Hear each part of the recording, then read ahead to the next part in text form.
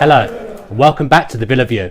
We're not going to have a discussion show this week, so I'm going to be here talking through all the transfer rumours, what's going on with the ins and outs at Villa Park, so stay tuned if you're interested in that. First up, we're going to talk about Brad Guzan. At the time of me doing this, which is Thursday night, it does look like he's on his way to Middlesbrough, having travelled down to Teesside tonight for a medical. I do feel I need to explain my attire as well.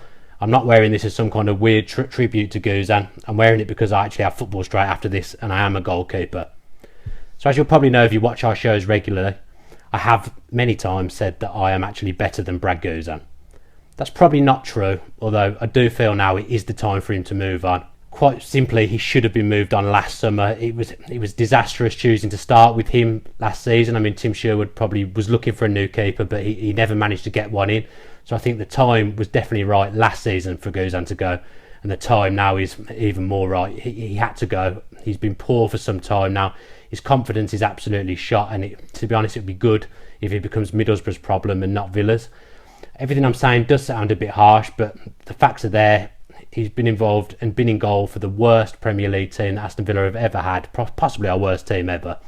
His distribution stank last season, and he never really ever made any game-changing saves.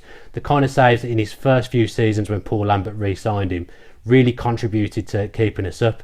And that's the thing that's disappointing with Guzan. It's that he did show so much promise in those early years under Lambert. I mean, he rightly got player of the season during the season that Benteke was absolutely on fire. I mean, Guzan at one end and Benteke at the other. They were the main reasons why we stayed up, and it is really, really sad to have seen Brad Guzan's regression. I'm disappointed, especially as a keeper myself. I watch him very carefully, and seeing the way he's declined, it's not heartbreaking because obviously I'm pleased to see him go now, but it has been very, very disappointing. I mean, what I'm saying sounds very, very harsh, and perhaps it is, especially bearing in mind those early two seasons, but the last two seasons have been disastrous. I do wish him well. You know, I don't see him getting in the Middlesbrough team, to be honest. I think he's moving from being fourth choice goalkeeper at Championship Aston Villa to probably being second choice at Premier League Middlesbrough. I don't see there being any way he gets past Valdez unless Valdez picks up a few injuries. I think he is pretty injury prone for a goalkeeper. I mean, I think initially Guzan is going to go to Middlesbrough and probably be their cup keeper and back up in the Premier League, but I wish him well. He's a good servant. I mean, all in all, I think he's given 8 seasons to Villa, so I do definitely wish him well. I certainly won't be booing him on his return if he does play in that friendly. Right move for Guzan, right move for Aston Villa, most definitely. Next up, it also seems like Everton have triggered Idrissa Gana's £7.1 million release fee. He's one who obviously I'll be a little bit sad to go because I think the facts are there, his stats are there last season for everyone to see. Statistically, he was one of our better players. But I think if I had the pick of him going or Ayew or Amavi going, he would be the one who I'd probably let go the most. I mean, Amavi, Ayew and Grealish are 3 players that I really think we can build the side round in the Championship. Gana, I don't think his heart's in it with Villa. I mean, I think you heard him and his agent speak when he first signed for Villa that he was using Villa as a stepping stone. And obviously he's done that now. He's moving on to a big team in the Premier League in Everton, to be fair. They are a big team. They're a good club, Everton. Very similar to Villa over the last 10 or so years. So I think it is a good move for him and I think he'll do well there. If I look back to this time last year when Everton stole our number 8 off us in Tom Cleverley, I think I was more upset when Tom Cleverley left than I am now about Idrissa Gana leaving. So I think that tells you everything that maybe you need to know. But I think he'll definitely do well there. It's a shame that we can't maybe wangle some kind of deal with Everton in getting Gareth Barry in. I think Koeman will probably want to keep Gareth Barry around because he's a very good player, but a fairy tale return to Villa Park for Barry would be what all genuine Villa fans would want to see in my eyes, and I think Barry coming back to lead with Elphick in the Championship would be an astute signing, but I'm aware that it's probably a very, very big pipe dream. Someone else that's been in the transfer roundup this week is Micah Richards. His proposed move to Sunderland looks like it's fell through, with David Moyes taking over at Sunderland and Sam Allardyce moving to take the England job.